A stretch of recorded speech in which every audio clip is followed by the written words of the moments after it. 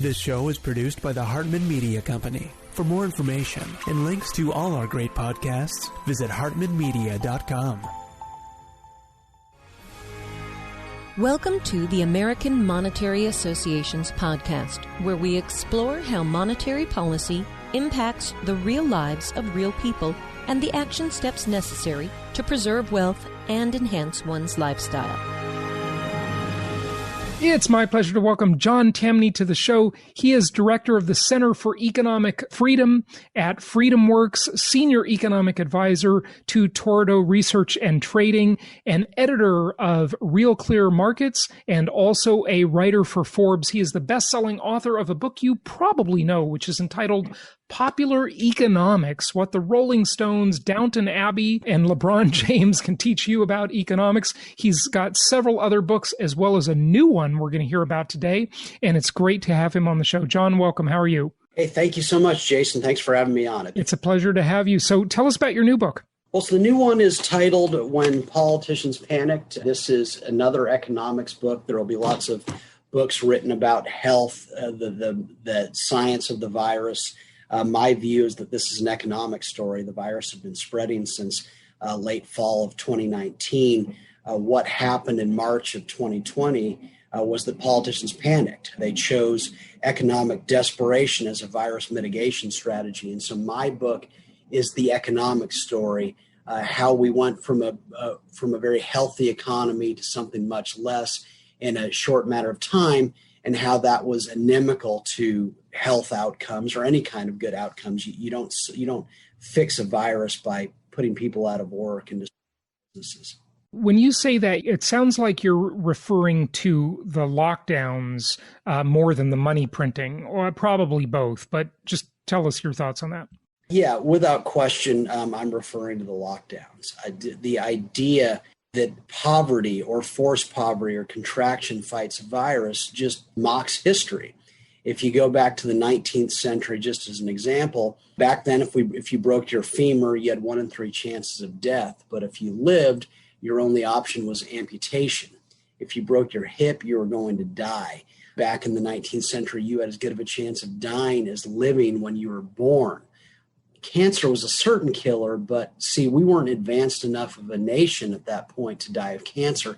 Most people were dying of tuberculosis and pneumonia well before they could contract cancer. And so what's changed? Well, what's changed is economic growth that produced resources that could be matched with scientists and doctors on the way to the elongation of life. John D. Rockefeller alone gave away $450 million just in his lifetime to medical science. And so the result was that suddenly Americans were able to die once, twice, 3 times, but live because they could survive what used to be a certain killer. That's an interesting way to look at it, by the way. I appreciate that view of it. That's good. You know, and it just struck me as common sense that we've got this history. George Will was born in 1941, as I point out in the book. And when he was born, hospitals in the U.S., their biggest expense then was still bed sheets, linen, things like that. Medicine, even in the mid 20th century, was still very primitive. And so we're in a world now where they've come up with all sorts of answers, and it's because of economic growth. And so why on earth, with a virus spreading, would you choose contraction? Furthermore, what does contracting the economy have to do with stopping the spread? I don't know about you, but I don't need to be forced to avoid sickness. I don't need to be forced to take precautions if something might kill me. Just everything about what was done in 2020, it defied basic common sense. Well, I mean, to play their side of the argument, of course, they're going to say, look, it's a highly contagious disease, and we've got to stop people from gathering to stop the spread. I mean, there's no rocket science about that. You know the arguments. So tell us, I mean, how do you argue against that, right? I mean, and listen, just so you know, I thought this was largely an excuse to do a lot of draconian things.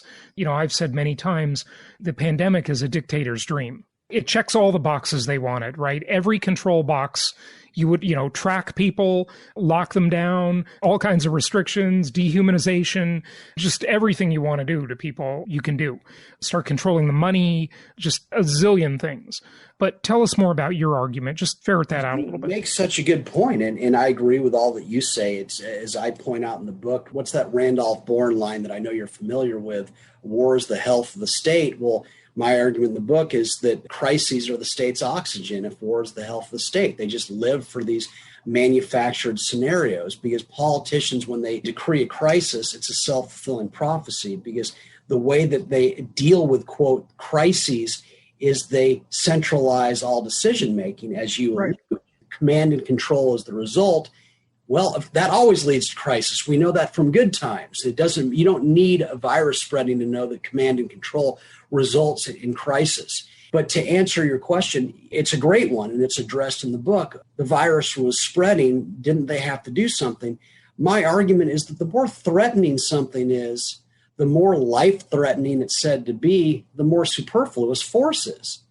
Again, who needs to be told to avoid something that might result in death? They said, well, we're going to shut things down for 2 weeks, likely story, because we want to protect hospitals.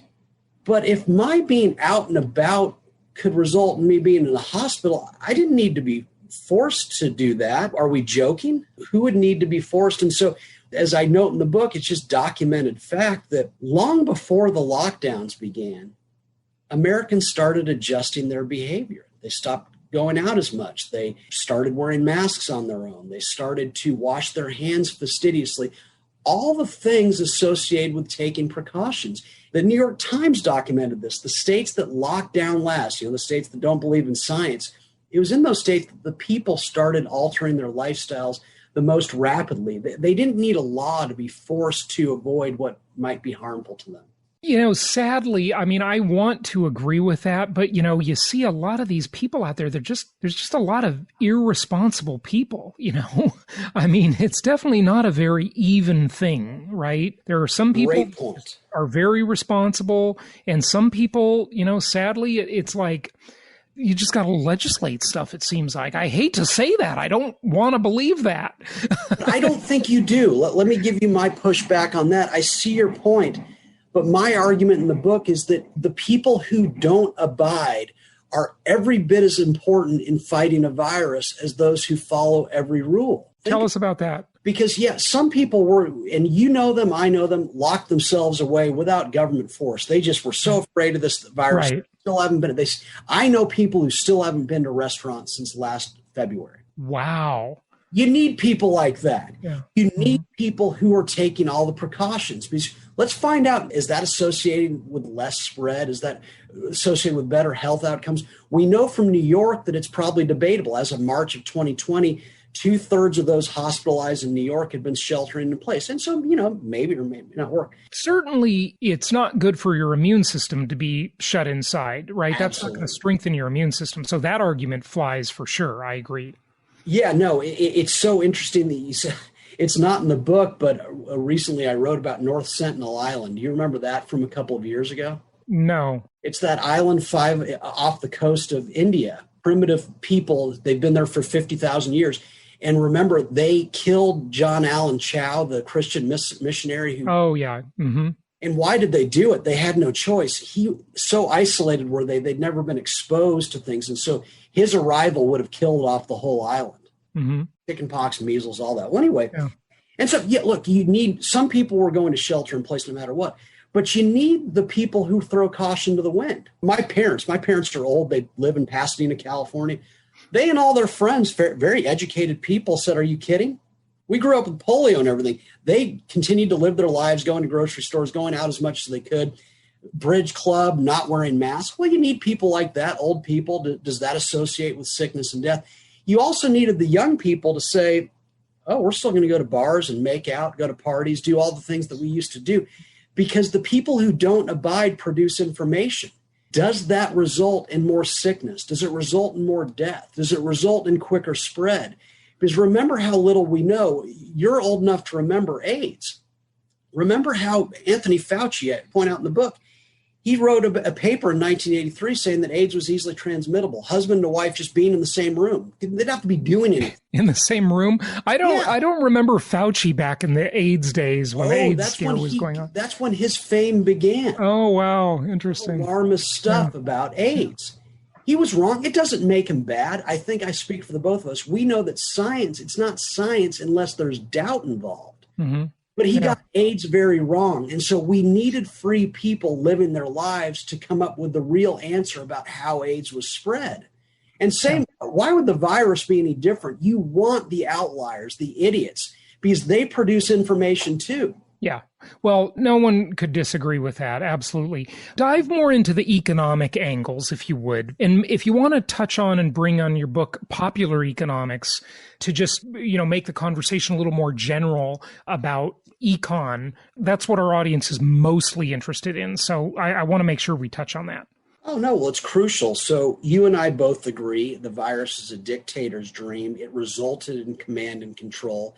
As economic thinkers, we all know the result. It's crisis, it's unemployment, it's businesses dying. And so bringing popular economics into it, what happens when you do this? So they bring about economic contraction, and then they say, oh, we broke it. So we're going to extricate $2.9 trillion worth of wealth produced first in the real economy from it to throw at the problems we created. So basically, we overlay command and control onto command and control. The central planning that caused the economic collapse will get $3 trillion more of it as politicians allocate precious resources to allegedly fix the problem they created. And so we doubled down on the mistake of too much government, suffocating natural economic activity. And so this is an economic story. They broke the economy. Then they added on, and then they handed over to the Fed the power just to lend to businesses. Now, it turns out the Fed can't lend as foolishly as its biggest critics would say. The Fed can't go insolvent despite what people think, and so the Fed wasn't able to do much. But there's this view from both sides that, okay, businesses are struggling, so let the Fed just throw money at them. Right. It doesn't work that way. Businesses never run out of money. They run out of investor trust. You and I are old enough to remember that Amazon was Amazon.org forever, book peddler, but it couldn't be profitable. But investors stuck by it. And so the Fed throwing money at businesses was a non sequitur. Once you end the lockdowns, there was going to be plentiful capital. But with lockdowns, capital was going to not be plentiful, thus making government the only game in town. Again, to your point, a dictator's dream. We've destroyed the economy. And so if you want to maybe survive, you must come to us for your sustenance. Yeah, well, that's central planners and dictators love that type of thing. What are your views on inflation? I mean, the estimates vary, John, but they say that 20 to 35% of all dollars ever created were created in the last year. I mean, that's just a staggering concept to even ponder. We're definitely seeing real signs of inflation, but is it going to get a lot worse? I tend to look at inflation in the way economists don't. Economists think inflation is about too much economic growth, causing the economy to overheat. I reject that, and when politicians panicked, I reject it in my book, Popular Economics. My second book is titled Who Needs the Fed? The notion that economic growth causes inflation is laughable. Inflation is a choice. Usually it's something that presidents get because they oversee the US Treasury, essentially. Inflation is a devaluation of the unit of account. Historically, you used gold as the measure. And so to me, I don't listen to government measures of inflation because they've taken out of their measures what would rapidly indicate it. Think about it. In the 1970s, we delinked the dollar from gold. That was inflation. The dollar went into free fall. We saw this in a rising gold price and rising oil prices. Same thing happened in the 2000s under George W. Bush when he got into office. A dollar about 1/266th of an ounce of gold. By the time he left, roughly 1/1000th. That was the inflation. But CPI didn't report it. Because guess what? As you know, I'm telling you what you already know. They'd taken out food and energy, the commodities most associated, that are best. They started talking about the core rate or core inflation versus the CPI. And then, of course, they've manipulated the CPI like crazy. So we all know that's happening. But just the common person on the street knows that in the old days, you used to get a single family home on a 1/4 acre lot, maybe on one income, right? Just the man working. And now you get a lot less, much higher density, and 2 people are working and they're still struggling. So, it's obvious that there has been significant inflation in the system. It's interesting that you say that, but let me give you some pushback. Because sure, go for it. Look, I'm with you. But to me, inflation is the devaluation of the dollar. But let's go back to 1983. If you bought a mobile phone then, it was brick-sized, half-hour. Technology is deflationary. My first cell phone cost $3,200 and it weighed 14 pounds. Precisely. So I totally understand what you mean. But that's not fair to hedonically adjust things like that. Because what it's saying to me, John, when they do hedonic adjustments for technology, is that we are not entitled as people to progress. The index is entitled to all the progress. I love your point. Thank you. So look, I am with you 100%. I love how you put it, and I'm going to quote you on that. The implicit there is that we are not entitled to progress. That is so good. There is rational argument for hedonic indexing. I get it, right? It makes sense. The computer I'm on was $2,800, right? Every time I buy a new Apple computer, it's $2,800, but it keeps getting better. And so the index thinks I'm only paying half the price when the processor gets twice as fast. But the fact is I'm still actually paying $2,800, So these things are complicated. They are. And housing is a good example. Housing always shows the devaluation of the dollar. Is any surprise that in the 70s and 2000s, housing soared, that it was one of the top, quote, asset classes. What do people do when currency is losing value? They, as von Mises said, there's a flight to the real. They rush into tangible assets, the wealth that already exists, rather than investing in new ideas representing wealth, stocks and bonds representing wealth that doesn't yet exist. Right. So I am with you. My frustration is that nowadays economists think economic growth, which I think speaks to your frustration, that growth is the cause of inflation. We know that's not true. Devaluation of the dollar is. And so to me, I look at the gold price. Well, is inflation coming? No. It's been here for a while. A dollar bought 1/260th of an ounce of gold in 2000. Now it buys 1/1700th. Yeah, we've very much devalued the dollar. And my question is, yes, we've seen progress, as I allude, as you know, but how much more progress would we have experienced if they'd protected the value of the dollars we earn? It's staggering to think about what we've missed out on. Yeah, it really is. Who knows? And, that's the thing, John. You can't hear the dogs that don't bark. So we'll never know how much better life might have been if we didn't have the central banks and the governments messing with the money in the economy, right? We'll just never know. It's a question can't be answered. It's the unseen every time. Yeah. How you put it, you'll never know the dogs that don't bark. Yeah. But the economic activity that did not occur. The other probably area of pushback is, to me, money supply is a contrarian indicator. In post-World War I Germany, the mark was nowhere to be found.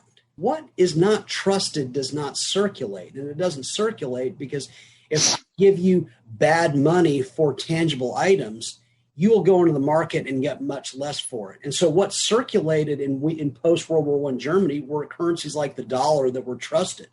What is the currency of choice in North Korea, Iran, Venezuela right now? It is the dollar. Am I defending the Treasury's oversight of the dollar in total? No. But it is the most trusted of the currencies. And so it's maybe not as much of a surprise that, quote, dollar supply has gone up. It's the world's currency right now. Right. It's always a compared to what question, right? What I would say to you is, imagine if, I don't know if you're for a gold defined dollar or not, but let's just assume for fun, okay, we're going to redefine the dollars, I don't know, 1/1000th of an ounce of gold. My guess to you is that the supply of dollars around the world would skyrocket to reflect the demand among producers around the world and workers around the world for something they could trust. Mm-hmm. And I think supply can sometimes muddy understanding. It sure can. Share with our listeners what we can expect in the future in any realm economically and what we should do about it. Well, I'm going to say what I expect currency-wise, and I'm hoping you'll comment and tell me if I'm nuts.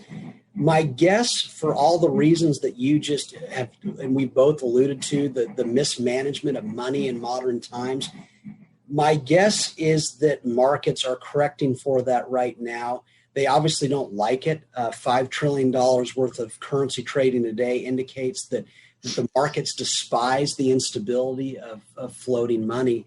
And so my guess is that we're on the verge of private money, of JP Morgan dollars, currencies that are circulated that we trust, whereby I say I would prefer to be paid in JP Morgan dollars because they would never devalue the unit.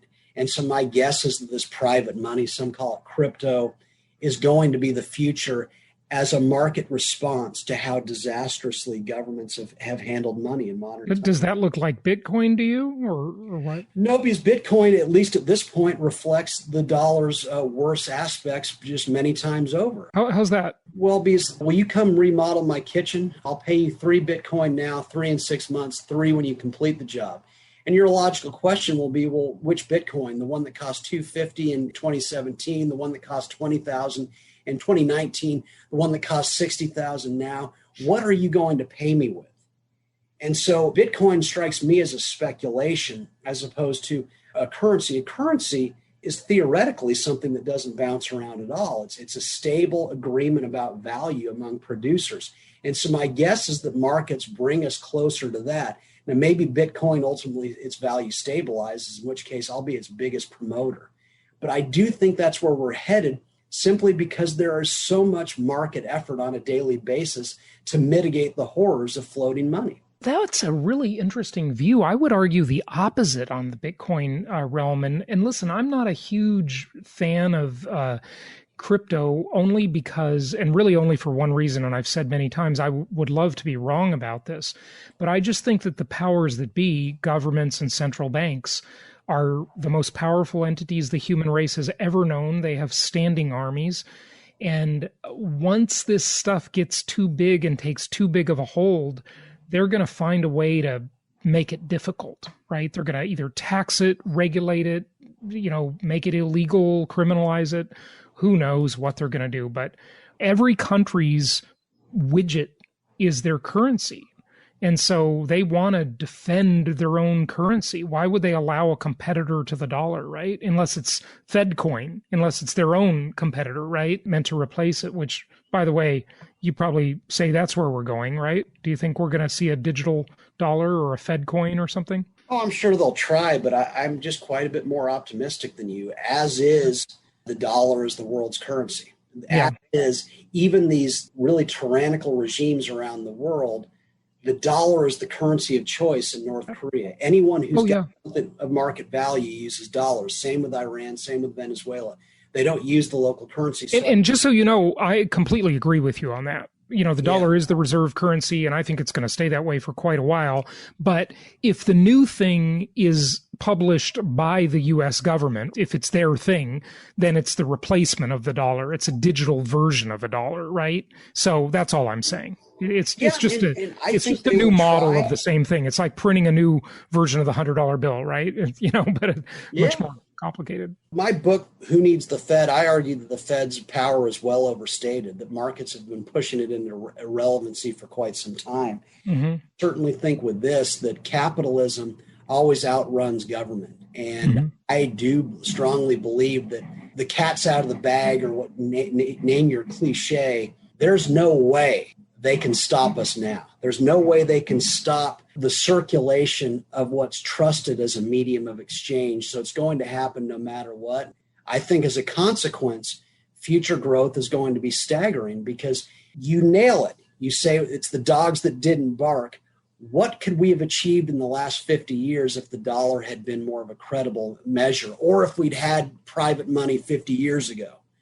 But we're headed there. And wow, when we do, think of all the movement of precious wealth out of inflation hedges. Think of all the movement of talent out of trading the chaos wrought by floating money back into real things, I think we're going to see a future that's going to stagger us.